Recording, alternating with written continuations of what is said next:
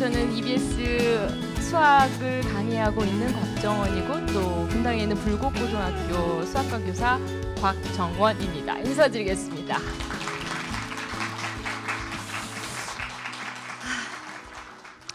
만나서 반갑습니다. 많은 학생들이 못 왔고 이 소수 정예 부대가 이렇게 와서 이분들이 참 대단하다고 생각합니다. 어려운 시간 내시고 또 멀리서나 하여튼 가까이서나 이 강의와 같이 생각을 공유하면서 뭔가 고민하고자 하는 이분들에게 무한한 복이 있을 거라고 생각합니다. 올해 복 받으셨다고 생각하시면 됩니다. 최근 가장 감동이 됐던 드라마 중에 미생 보신 사람 있으신가요? 손 들어 보실래요? 미생. 보시면 안 됩니다. 지금 공부해야 할 텐데. 뭐 몇 명 없습니다. 미생, 완생 이런 거는 바둑에서 하는 용어라고 쓰여 있더라고요. 아직 죽어 있는 돌, 그러나 완생으로 가기 위한 돌, 뭐 이렇게 표현이 되어 있습니다. 오늘 수학에서도 미수와 완수가 있다는 걸 말씀드리면서 아직 완전하지 않은 수학이지만 그러나 완성하고자 하는 마음을 가지고 우린 거기까지 갈 거다라는 그런 의미에서 수학 만점 전략 미수에서 완수로 라고 한번 컨셉을 잡아봤고요. 거기에 대한 포인트 몇 가지를 여러분한테 같이 공유하고 싶고요. 오늘 귀중한 시간을 내신 여러분들에게 단 하나라도 또는 두 개라도 가슴에 감동이 돼서 그것들이 올해 1년 동안 향후 2년 동안 펼칠 수만 있다면 여러분 이미 만점은 맡아놓은 당상이라고 생각을 합니다. 일단 시작을 해볼게요. 제가 이야기하고 싶은 건 일단 처음에는 네모넣기입니다.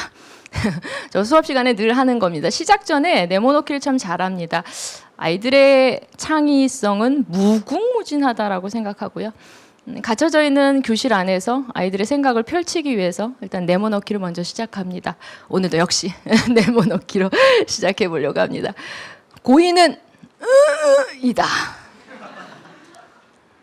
자, 정답은 없습니다. 여러분의 생각이 중요한 거죠. 저가 먼저 한다면 고의는 감옥이다. 이런 것도 괜찮습니다. 여러분의 생각은요? 네. 네? 전략이다. 네, 뒤에 학생이요. 네. 고생이다. 옆에 있는 이 학생이요? 준비이다. 시작이다. 네. 고의는 개념이다.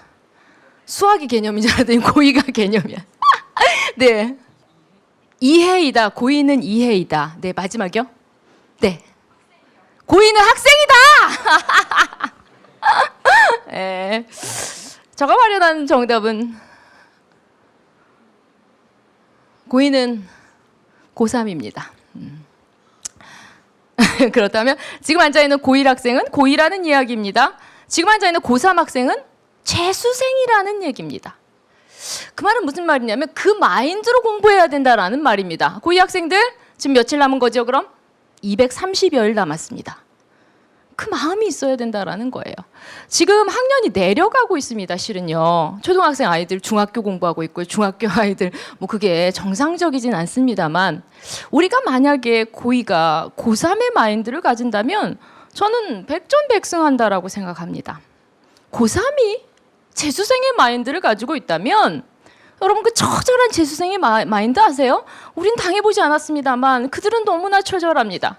인생의 실패와 좌절을 모두 겪은 것 같이 나락에 빠졌다가 아니야 이건 아니지 하고 다시 일어나서 독한 마음을 갖고 공부하는 것이 재수생입니다.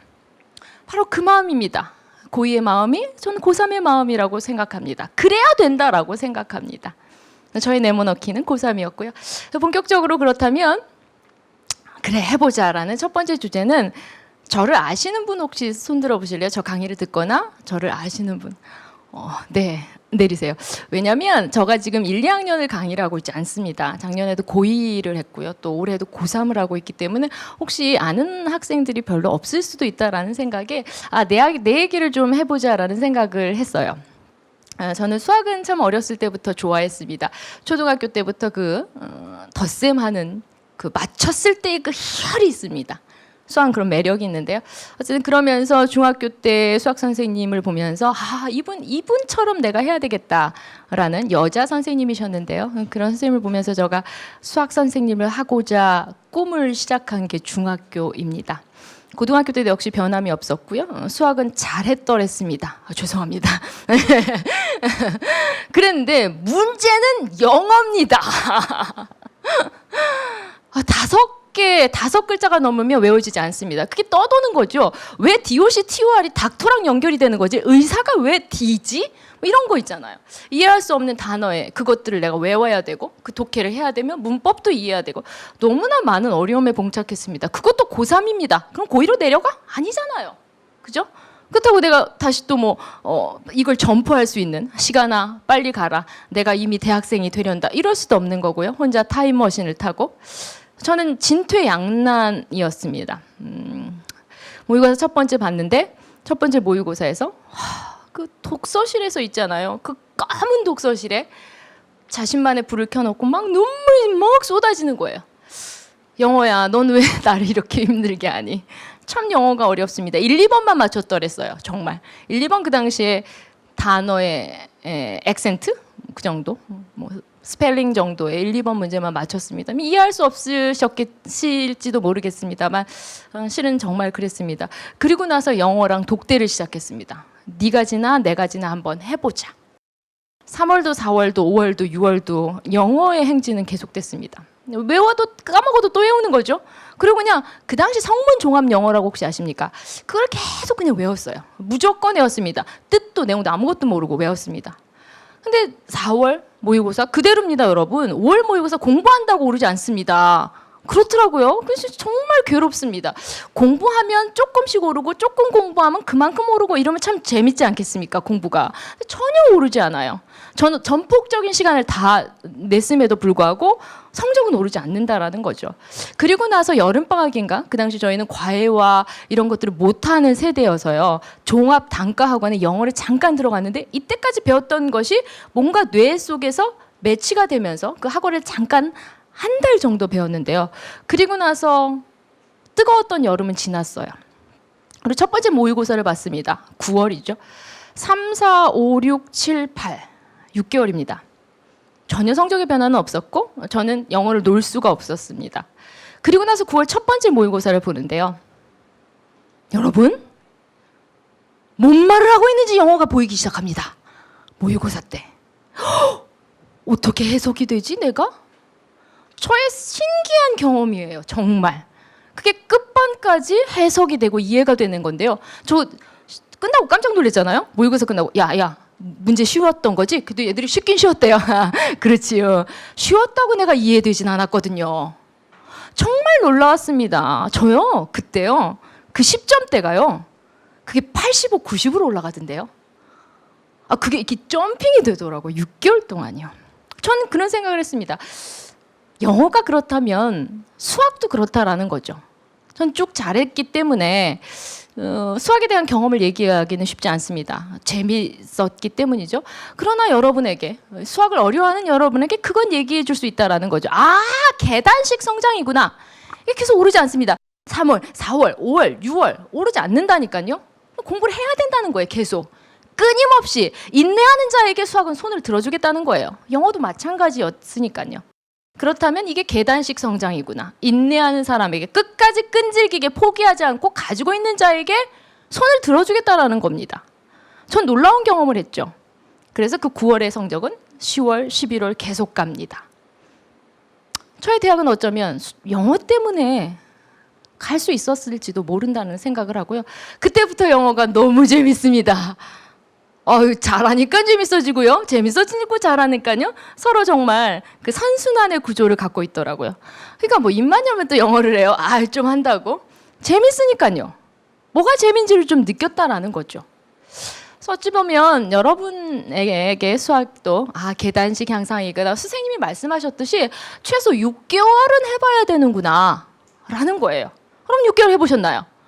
6개월 인내해보셨냐는 말이에요. 그게 아니면 한번 도전해보십사라는 이야기를 감히 제가 경험자로서 여러분한테 말씀드리고 싶습니다. 자, 이제 본격적으로 수학 공부를 좀 해보셔야 될 터인데요. 그죠? 수학은 어떤 과목이냐면요. 저 이과생입니다. 어느 과목을 잘해야 대학을 좋은 데를 가나요? 여러분 어떤 과목을 잘해야 좋은 대학을 가죠? 수학입니다. 문과생에게 묻습니다. 어느 과목을 가장 잘해야 좋은 대학을 가나요? 수학입니다. 맞습니다. 수학입니다. 수학은 전략 과목입니다. 그런 면에 있어서 잘해야만 하는 역사적 사명을 띠고 이 땅에 태어난 게 수학입니다. 문과생들에게는 이런 이야기를 할 수 있습니다. 1등급부터 9등급까지인데요. 문과생 같은 경우는 먼저 말씀을 드리면 굉장히 이 플렉서블해요. 이거 봐, 이렇게 영어를 한다고요. 이런 사람이 아니었다고요. 그러니까 굉장히 유동적이죠. 그러니까 영어 같은 과목은 잘하는 아이와 못하는 아이가 탄탄한 구조로 되어 있다고 들었습니다. 모르겠습니다. 영어 선생님한테 여러분 확인하셔야 되겠지만 수학 같은 경우에는 막 5등급, 2등급으로 올라가고 그 안이 막 물처럼 흐를 수 있다라는 거예요. 그건 원리는 그렇습니다. 아이들이 좀 문과 애들 해봐요. 이게 나의 길이 아닌가 배 하고 한 3월 달에 20%가 포기를 합니다. 6월 달에 가면서 6월 한 번 더 봅니다. 역시야. 확인하면서 30%가 또 탄탄한 지구 수비대인 7, 8, 9등급을 또 깔아줄 수도 있어요. 깔아준다는 거예요. 9월에 다시 됩니다. 그러면서 포기자는 조금씩 늘어납니다. 더. 그럼 나는 공부를 그냥 하고 있는데 내 등급은 올라갈 수 있다라는 얘기입니다. 이렇게 스물스물한 구조로 되어 있는 것이 문과의 수학의 등급 구조입니다. 이과생은 점점 늘어나고 있는 거 아십니까? 저희 학교도 전혀 그런 학교가 아닌데 이과생이 이제 반반이 됩니다. 문이과가 반반. 정말 이과생이 점점 늘어나는 이유는 뭐 대학에서도 그 진로와 관련해서 이과생들이 취업이 잘 되기 때문에 또 대학에서도 이과가 늘어나고 있거든요. 그래서 같은 맥락에서 아마 여러분 학교에서도 이과생들이 점점 늘어나고 있습니다. 현재. 그렇다면 그 학생들이 모두 다 수학을 잘하는 건 아니라는 얘기죠. 결국 자신의 어떤 취업과 관련해서 왔기 때문에 역시 수학 역시 그들이 잡아야 될 전략 과목 중에 하나다라는 얘기입니다. 결코 놓쳐서는 안 될 과목이라는 생각을 여러분이 분명히 하셨을 터인데요. 자, 그렇다면 대학 입시는 전략이다. 이런 이야기로 오늘 계획부터 얘기를 할 겁니다. 여러분 수학 공부를 하십시다. 자, 이제 시작합시다. 라고 얘기할 것 같았죠. 그렇게 얘기하고 싶지 않습니다. 계획을 잘 짜야 됩니다. 세상에 아직 나와보지 않으셨지만 세상에 나와보면 불평등과 부조리도 때론 있습니다. 정말 이건 안 되는데라는 생각을 가질 부분도 참 많습니다만 세상에 공평한 게 있더라고요. 가난한 자나 부유한 자에게 모두 동일하게 제공되는 것은 24시간인 시간입니다. 정말 부유한 사람이라고 26시간이 주어지지 않는다라는 얘기입니다. 또한 시간의 묘미는 제 2시간 좀 나 좀 주면 좋겠다. 그게 불가능합니다. 저 작년에 놀았어요. 그 노는 시간 좀 은행에다가 이렇게 저축해서 나 필요할 때 좀 썼으면 좋겠는데요. 안 됩니다. 시간은 정확하게 24시간이 매일 흐르고 있다라는 사실입니다. 따라서 이 제한된 시간 안에서 우리는 대입을 준비해야 되는 겁니다. 그렇지 않습니까? 여러분 시간 더 주면 잘할 것 같으죠? 그렇지 않을 것 같아요. 결국 우리한테 고2면 고2 나름대로 제한된 시간, 뭐 1년 8개월, 그죠? 1학년은 1학년대로, 3학년은 8개월, 뭐 이렇게 여러분 나름대로 지금 제한된 입시의 시간이 있습니다. 그 시간 안에 어떤 전략을 어떻게 짜는지는 너무나 중요하다라는 얘기입니다. 이순신 장군이 신에게는 12척의 배가 남았습니다. 12척입니다. 그 300척을 무찌를 수 있는 것은 결국 배가 많아서가 아니었다라는 거죠. 이유는 단 하나, 전략입니다. 어떻게 내가 짜느냐는 거죠. 저기 지금은 뒤로 갈 때야. 지금 조금만 뒤로 가. 자, 바로 이때야. 왼쪽으로 해서 오른쪽으로 치고 들어가는 작전. 이거죠. 이런 겁니다. 결국 어떤 전략을 짜느냐에 따라서 대회의 방향이 결정된다라는 이야기입니다. 그러면 이순신 장군이 무기가 어마어마하게 좋았다고 전쟁의 승리가 아니라는 거죠. 그죠? 아니면 정말 총을 잘 쏴는 사람이 있었다고 전쟁을 승리하는 것이 아니다라는 겁니다. 우리에게 중요한 걸 시사하고 있죠. 우리는 어떤 전략을 갖고 있습니까? 지금부터 수시와 정시는 무엇이며 수시는 70대 30으로 가기 때문에 우리가 수시를 공략하려면 학생부 종합이냐 학생부 교과냐 논술이냐 특기자 전형이냐 알고 계십니까? 전략을 짜야 되면 알고 계셔야 됩니다. 그래서 나는 어디에 포커스를 갖고 있고 지금 내가 대입을 위해서 가장 필요한 건 무엇인지를 준비해야 된다는 말씀입니다. 그 얘기입니다. 그런 맥락에서 수학도 마찬가지인 거죠. 전략 과목이라며. 그럼 전략이 필요한 겁니다. 결국 내가 1년 동안 무슨 책을 볼 것이냐. 책, EBS 책? 아니면 책의 권수를 정하시고 책을 몇 번 볼 것이를 정하시며 중간 기말고사를 기점으로 해서 내 로드맵이 완성이 돼야 됩니다. 예를 들어 내가 중간고사에 여기까지를 3번 볼 거야. 그러면 페이지가 100페이지인 책에 곱하기 3하면 300페이지란 말입니다. 그럼 중간고사의 날짜로 나누면 얼추 하루에 해야 될 양이 나오지 않습니까? 수학적으로. 그 양은 오늘 해야 되는 거예요. 저는 그런 기쁨이 여러분에게 있었으면 좋겠습니까? 공부가 고뇌가 아니라 오늘 해야 될 일을 정말 일찍 끝냈으면 그때는 놀아도 된다고 본인에게 약속하십시오. 야! 이것만 끝내면 놀아도 돼. 얼마나 좋습니까? 근데 이것만 끝내셔야 됩니다. 오늘 해야 될 일을. 자, 나는 이것만 끝내서 노는데 옆에 있는 애가 따로 놀아. 야, 놀자. 그러고 같이 놀아. 그 같이 노는 게 아닙니다. 나는 내일을 끝내서 노는 겁니다. 걔는 날 따라서 노는 거죠. 뭔 말인지 아십니까? 그러니까 내가 자신 있다면 내가 오늘 일을 걱정하지 않고 다 했다면 노셔도 됩니다. 내 스스로에게 뭔가 당근을 주셔야지 재밌지 않습니까? 즐기라고 합니다. 피할 수 없다면 즐기라는 얘기가 있는데 여러분 피할 수 있습니까? 나 못 피해요. 그럼 즐기세요. 즐길 수 있는 방법을 생각하라는 얘기입니다. 여러분 스스로가. 내가 오늘 한 일이 다 했으면 뭐 해야지. 스스로에게. 내가 뭘 할 수 있다면 여러분 좋아하는 게 뭡니까? 좋아하는 거 하나씩 하세요. 그러면 동기부여가 되고 더 빨리 할 수 있을 것 같아요. 쉬는 시간도 앉아서 공부해. 이 이유는 뭐죠? 내 할 일이 있으니까 하는 거예요. 내가 오늘 이걸 끝내야지. 또 나름대로 볼 수 있는 즐거움이 있기 때문이다라는 겁니다. 그런 의미에서 계획은 참 중요한 것 같아요. 여러분 계획을 먼저 세우셔야 됩니다. 제가 공부부터 얘기 안 했습니다. 계획을 좀 세워주십사라는 말씀을 드렸고요. 대입은 전략이기 때문에 여러분 나름대로 어떤 유형의 공부를 하기 위해선 내가 지금 무엇을 해야 될지. 만약에 학생부 교과로 가야 돼. 그럼 교과는 뭡니까? 성적이란 얘기잖아요. 그럼 성적을 지금 내신을 잘 받아놔야 되는 겁니다. 그럼 내신에 목숨을 거셔야죠. 어떻게든 내신 어떻게 하면 내가 잘 받을 수 있을까의 전략을 짜야 된다는 말입니다. 그래서 계획이 참 중요하다라는 말씀을 드리고 두 번째로 갈 건데요. 두 번째는 그래요? 공부를 해야 되겠죠? 아닙니다. 두 번째도 공부 얘기를 안 할 겁니다. 두 번째 단계는 몸 만드는 거예요. 일명 자세 갖추기인데요. 그럼 몇 분간 자리에 앉아 있을 수 있습니까? 책상에 앉아서 편안하게 100분이 흘러야 됩니다. 왜? 2교시가 100분으로 이루어졌어요. 우리 수학 영역의 시험이 100분입니다. 100분은 편안하게 앉을 수 있는 몸을 갖추셔야 된다라는 얘기입니다. 이상화 피겨 스케이팅 언제 한번 본 것 같아요. 그런 채널에서 이상화가 맞는지는 모르겠습니다. 저 지금 기억에는 이상화가 계속 최고의 정점에 그 포인트를 찍으면서 막 계속 금의 행진을 계속 하다가 더 이상 안 나오는 거예요. 그 기록이.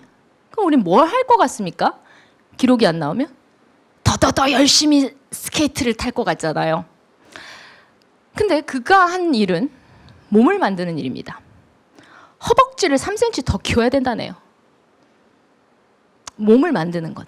그래서 몸을 만드는데 처절한 장면을 봤어요. 그 다리 밑에다 어마어마한 그 검정색 그 타이어 있잖아요.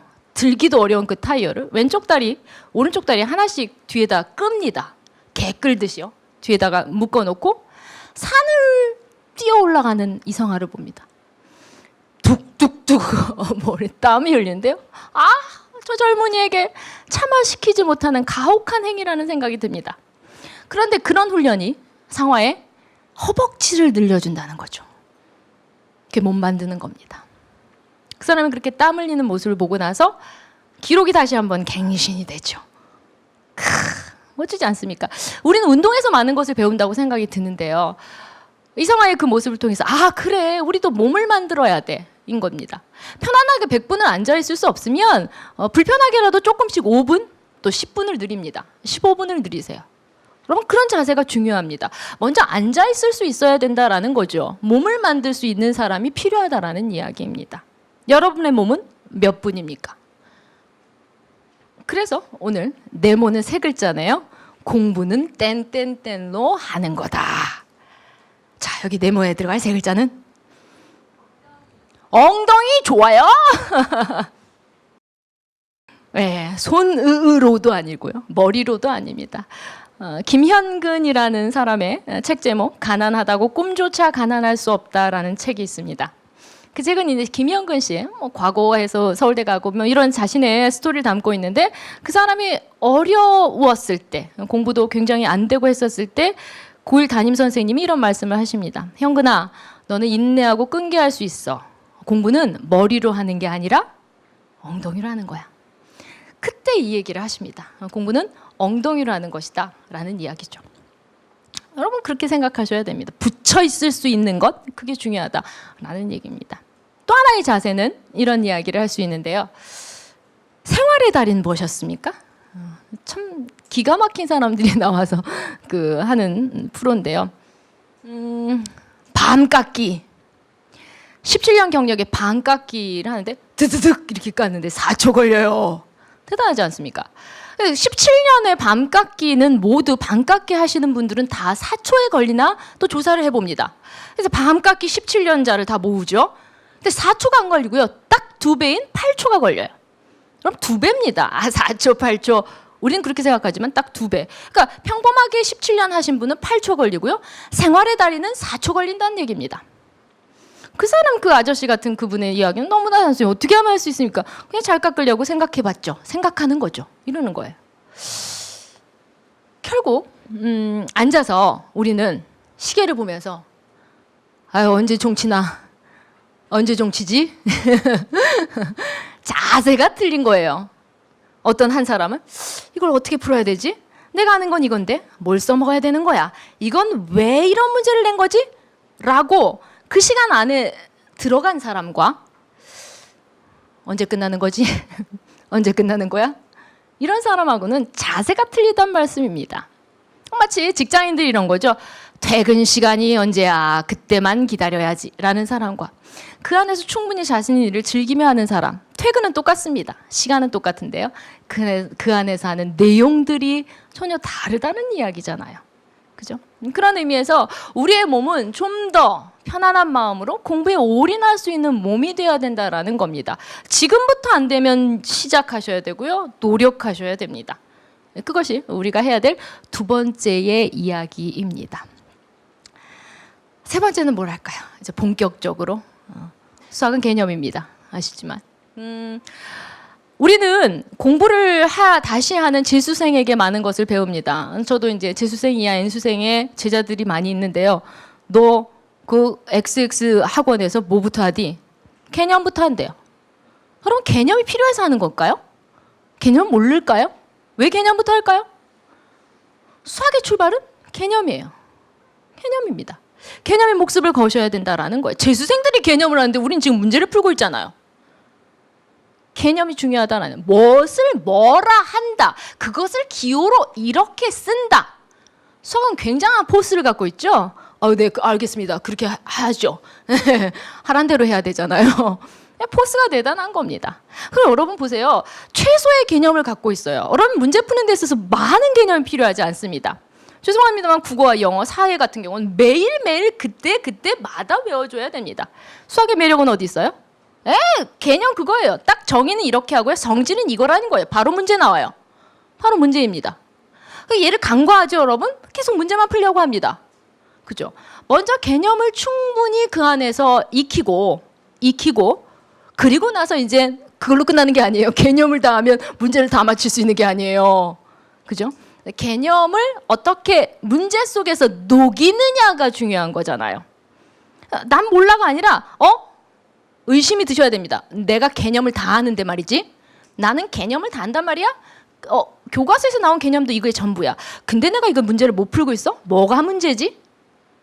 뭐가 문제일까요? 그걸 여러분이 고민하셔야 된다라는 얘기예요. 못 풀 문제가 없어야 되잖아요. 개념을 안다면. 그죠? 녹이는 방법들을 지금 아직 익숙하지 않은 겁니다. 뭐 우리끼리 얘기하지만 그 DNA가 다른 아이들을 좀 말씀드려 볼게요. 과거에 계신 선생님이 또 친한 분이 계셔서요. 걔네들은 100분 동안 우리 수학 영역 100분 동안 30문제를 풀지 않는답니다. 연습을 90문제를 푼대요. 3배 연습을 합니다. 트레이닝을 원래 그렇게 한대요. 근데도 다 맞는 애가 있답니다. 제일 못한 애가 뭐 2-3개 틀린다나. DNA가 다르다는 전제로 말씀을 드리고 있습니다. 다르죠. 다릅니다. 실은 상식적으로 생각해 보세요. 100분 안에 90문제를 푼다면, 만약입니다. 전제입니다. 그렇다면 본 수능에서 30문제를 풀잖아요. 그럼 시간이 얼마나 널널할까요? 널널하겠죠? 그럼 그 정말 머리 털나고 처음 본 문제에 50분 내지 이상을 쓸 수 있잖아요. 다 맞출 수 있는 겁니다. 만점이 나올 수 있는 겁니다. 편안하게. 그 얘기거든요. 거기 과거는 숙제를 뭘로 냈니까? 내가 물어봤어요. 그때 숙제를 20페이지서부터 21페이지까지 풀어올 것이 아니고요. 그냥 책 한 권 풀어오는 거예요. 오늘 수능 특강 책 한 권 내일이다.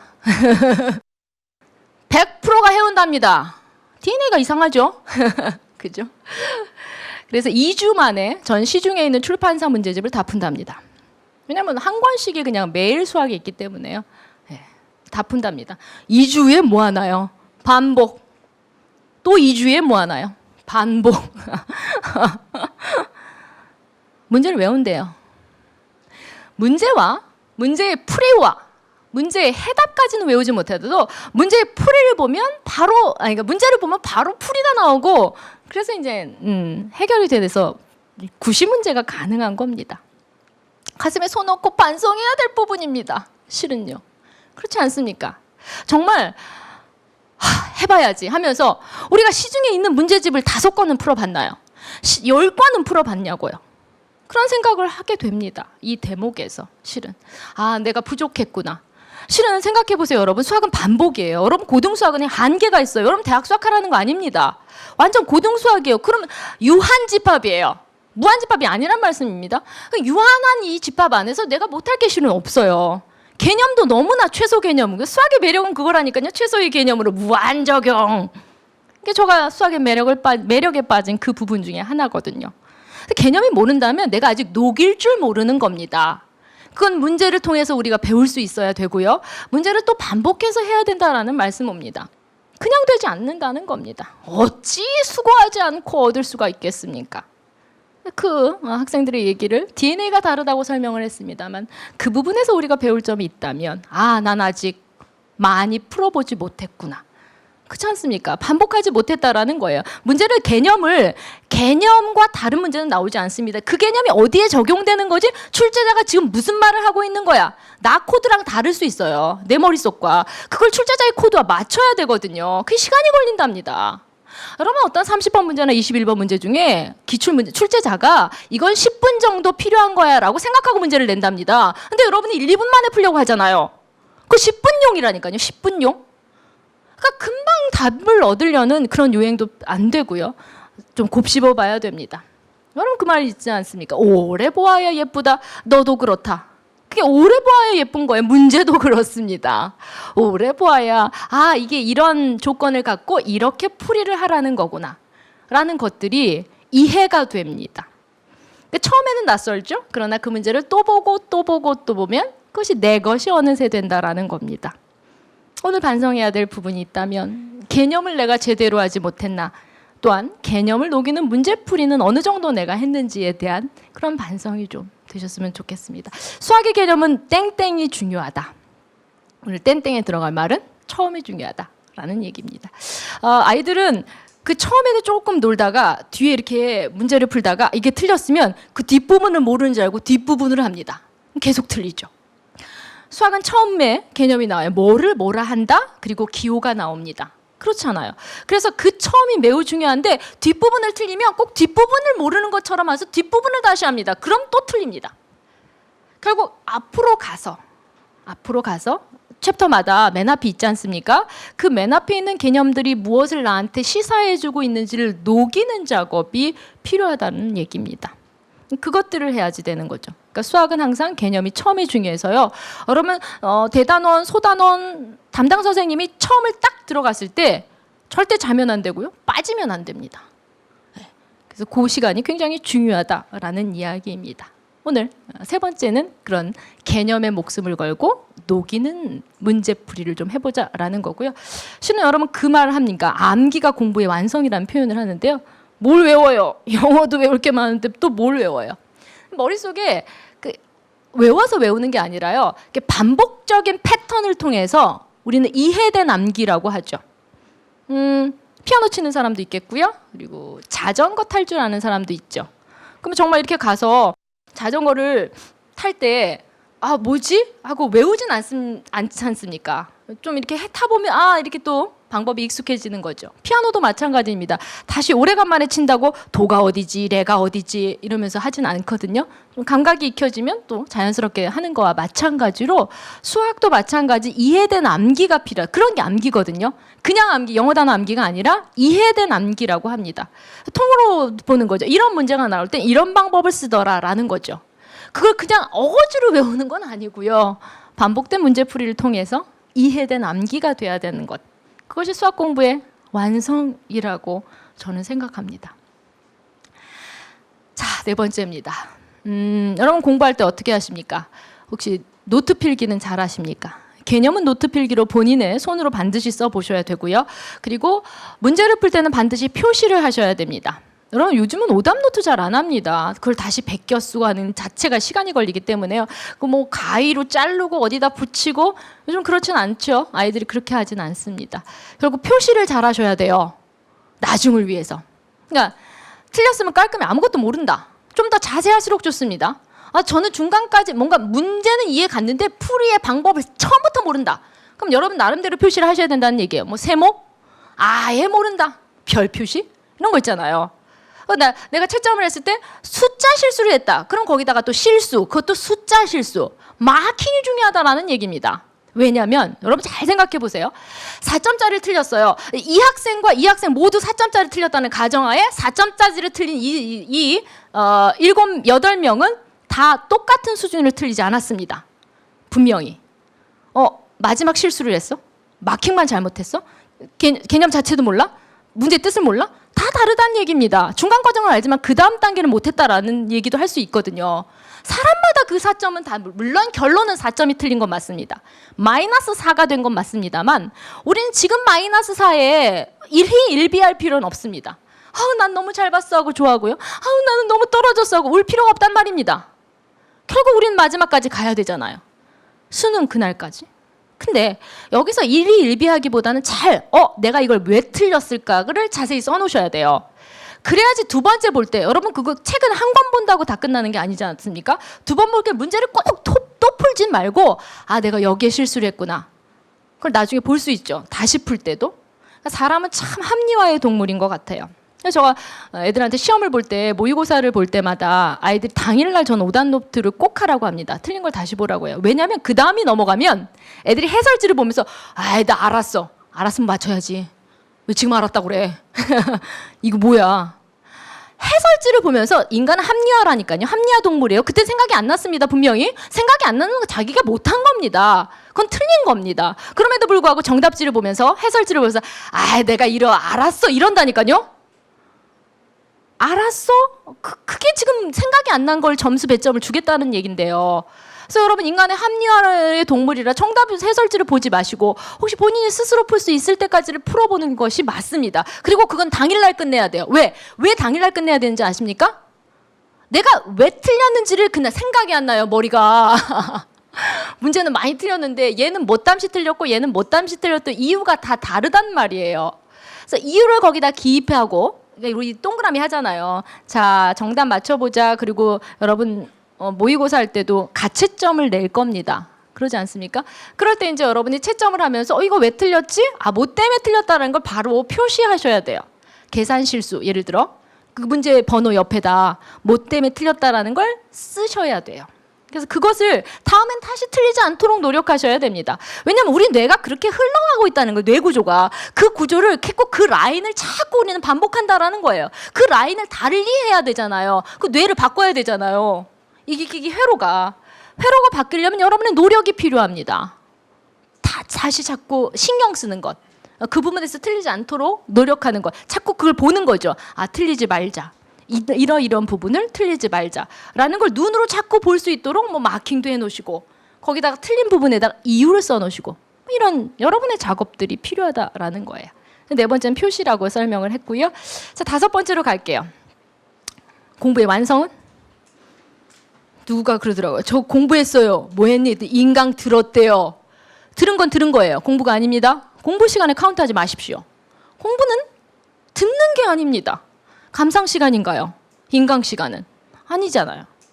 결국 내 머릿속에 그게 이해되고 정리돼야 된다라는 겁니다. 여러분 매 시간 수업 시간이 임하실 거고요. 수업 시간과 수업 시간 사이는 10분의 휴식이 있는 걸 알고 있습니다. 학교는 그렇잖아요. 그죠? 학교 현장에서 여러분이 그 10분 동안 그냥 그러지 마시고 여기 앉아있는 소수정예 이분들은 10분 선생님 딱 종치고 나가시면 여러분이 단 1분이라도 아 오늘 선생님께서는 이것이 중요하다 말씀하셨어. 나름대로 정리하시란 말이에요. 나름대로. 아 이거는 내가 잊지 말자. 마킹도 하시고요.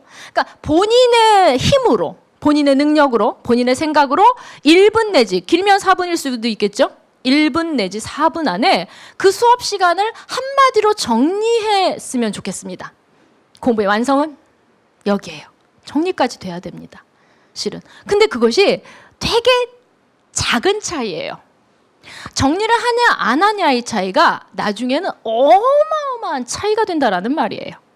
그럼 그걸 아까워하지 마셔야 됩니다. 잠깐이라도 옆에 있는 애가 화장실 같이 가자 하셔도 잠깐 마음속에 아 선생님이 이렇게 하셨어 라고 하는 정리 습관 그것이 여러분 몸속에 있으셔야 됩니다. 물론 이건 수학만이 아닙니다. 매 과목마다 여러분 정리를 할 수 있다면 여러분의 성적은 올라갈 거예요. 분명히. 하는 한 계속 올라갈 겁니다. 수학은 이렇게 정리를 해보고 싶고요. 제가 실은 뭐 수학이든 무슨 과목이든 실은 여러분 아시지만 마음이 중요하죠. 멘탈이 흔들리면 안 돼요, 여러분. 무엇보다 멘탈이에요. 그걸 꽉 잡아야 돼요. 마음이 흔들리면 있잖아요. 모든 게 흔들리게 돼 있다라는 이야기입니다. 여러분 멘탈은 어떻습니까? 괜찮나요? 그래서 첫 번째 어떤 생각을 가져야 되냐면 긍정의 마음을 가져야 됩니다. 사람의 마음에는 항상 두 마리의 늑대가 살고 있답니다. 아, 난 안 돼. 해볼 거야. 할 수 있어. 출발부터 다른 거 아닙니까? 이건. 아, 난 안 돼. 이게 뭡니까? 이 출발로 어디 끝까지 갈 수 있겠어요? 해볼 거야. 난 할 수 있어. 라고 시작하는 것. 이게 긍정이 중요하다는 거예요. 그럼 자신감 가지세요. 누가 뭐라 했습니까? 자신감을 가지세요. 긍정적인 마음을 가지세요. 난 할 수 있어. 나는 된다. 난 할 거야. 나는 된다. 이게 멘탈이라고요. 여러분. 멘탈이 흔들리면 어느 누구도 손 쓸 수 있는 방법이 없습니다. 여러분 멘탈 누가 관리해야 돼요? 여러분이 관리해야 돼요. 여러분 스스로가 관리하셔야 됩니다. 강한 멘탈 학생이 공부를 잘하게 돼 있어요. 멘탈이 흔들리지 않았으면 좋겠고 특별히 긍정적인 마음으로 여러분이 공부를 하셨으면 좋겠다라는 말씀을 드리고 싶고요. 두 번째는 열정입니다. 열정. 재수생과 현역의 차이를 한번 생각해 봤었어요. 재수생의 마음은 어떻고 현역의 마음은 어떨까? 여러분은 어떻습니까? 혹시 주변에 재수생이 없나요? 처절한 실패를 경험했죠, 실은. 그 실패 아닙니다. 인생에 그런 걸 실패라고 하지 않는데요. 그 나이에 처음으로 그렇게 계속 다 떨어졌어요. 그 재수한다는 건요, 여러분. 뭐 6개를 쓸 수 있잖아요. 우리가 6개 다 떨어졌다는 얘기예요. 그럼 본인 입장에서는 우리는 멀리 연배가 되신 분들은 아유 그 정도는 다시 극복할 수 있고 별거 아닌 것 같지만 그 아이의 입장에서는 처절한 겁니다. 저 깜짝 놀랐어요. 아는 아이 학생이 막 카톡 사진에 한강 현재 온도 몇 도 이걸 왜 써놓은 거니까 나 어느 대교를 가야 될지 모르겠네. 얘가 어디 간 거야? 대교도 많아요. 별일 없었는데요. 아이가 잠수 탑니다. 떨어지는 순간 아이들은 쥐구멍이라도 들어가고 싶은 마음 여러분 아십니까? 실은 그렇습니다. 그리고 애가 잠수를 타요. 한 달간 연락도 없어요. 그러더니 갑자기 문자합니다. 나한테 선생님 결심했어요. 다시 할 거예요. 바로 이 마음입니다. 결심했어요. 다시 할 겁니다. 독한 마음이 다시 든 거죠. 인생의 재도전을 다시 하겠다라는 얘기입니다. 그게 고3에게 있어야 되죠. 고3을 내가 아까 재수생처럼이라고 말씀드렸는데요. 이 열정이 있어야 된다라는 얘기입니다. 열심이죠. 이 열자가 무슨 열자인지 아십니까? 뜨거울 열자예요. 그 심은 마음심이죠. 그럼 보세요. 너 잘못했지 선생님 막 혼내요. 그러면 앞으로 열심히 하겠습니다. 여러분 그 말 함부로 하면 안 돼. 앞으로 열심히 하겠습니다. 뭔 말이에요? 앞으로 뜨거운 마음을 가지겠습니다. 그런 얘기잖아요. 당신에게 뜨거운 마음이 언제 있었나? 한번 돌이켜볼 필요가 있죠. 그 발레리나 강수진이요. 외국에서 공부할 때 그 사람이 그런 얘기를 합니다. 밥 먹고 연습, 밥 먹고 연습, 또 밥 먹고 연습, 밥 먹고 연습, 밥 먹고 연습, 연습, 밥 먹고 연습. 나는 내일이 오는 게 두렵다. 내일이 뭐 지구가 망한답니까? 내일이 왜 두려운 거죠, 강수진에게? 또 반복하니까요. 또 연습해야 되잖아요. 근데 그 사람이 얘기하는 그 말이 있습니다. 지루한 반복이 오늘의 나를 만들었다. 그 얘기를 합니다. 여러분 반복이에요. 잘 알고 있습니다. 누구보다도 여러분의 삶을 잘 알고 있습니다. 반복입니다. 밥 먹고 공부, 밥 먹고 공부, 또 공부, 밥 먹고 공부, 밥 먹고 공부죠? 아닙니까? 그런 지루한 반복이 여러분을 만들 거라는 얘기예요. 분명한 사실은. 그것이 이미 강수진 씨에게도 우리에게 들려주고 있는 내용이기도 합니다. 마지막 마음은 이런 마음인데요. 간절함입니다.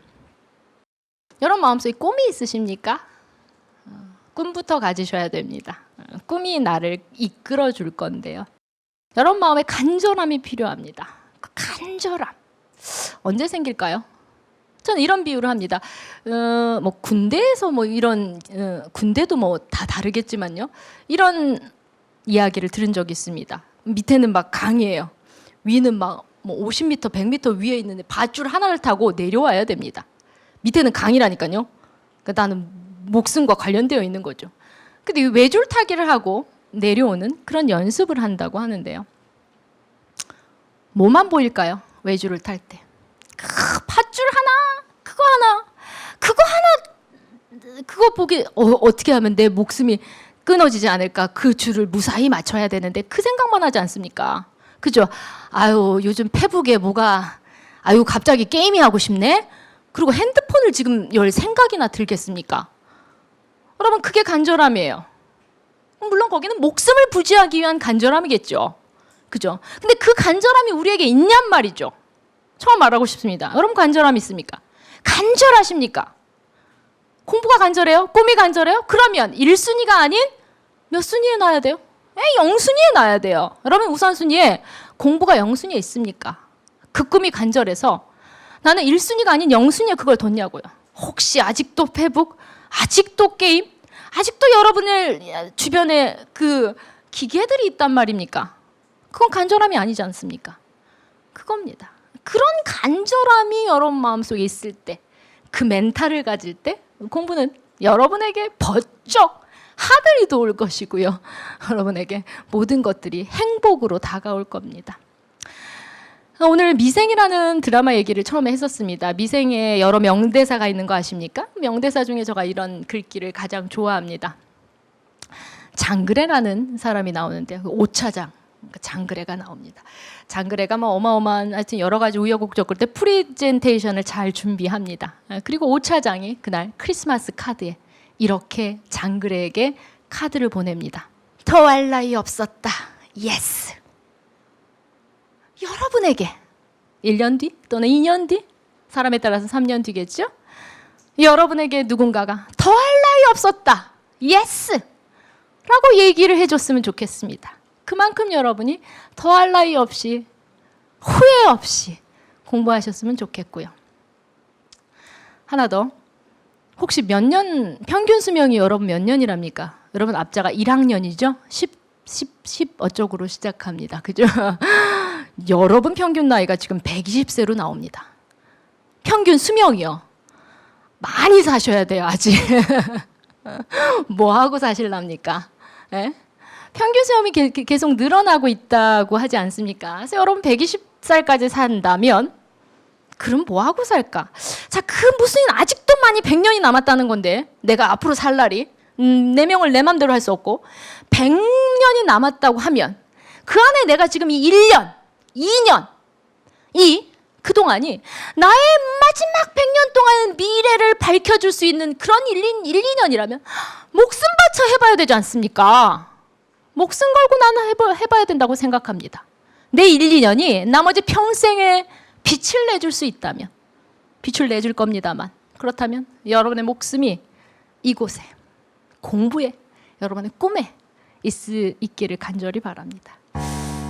전 여기까지 하면서 이야기를 마치려고 합니다. 들어주셔서 감사하고요. 좋은 일이 있으실 겁니다. 왜냐? 특별하게 몇 분이 여기서 이 이야기를 들었기 때문에 또 그대로 하시고 마음에 담되 그것이 쭉 실천으로 연결되는 여러분이었으면 좋겠습니다. 감사합니다.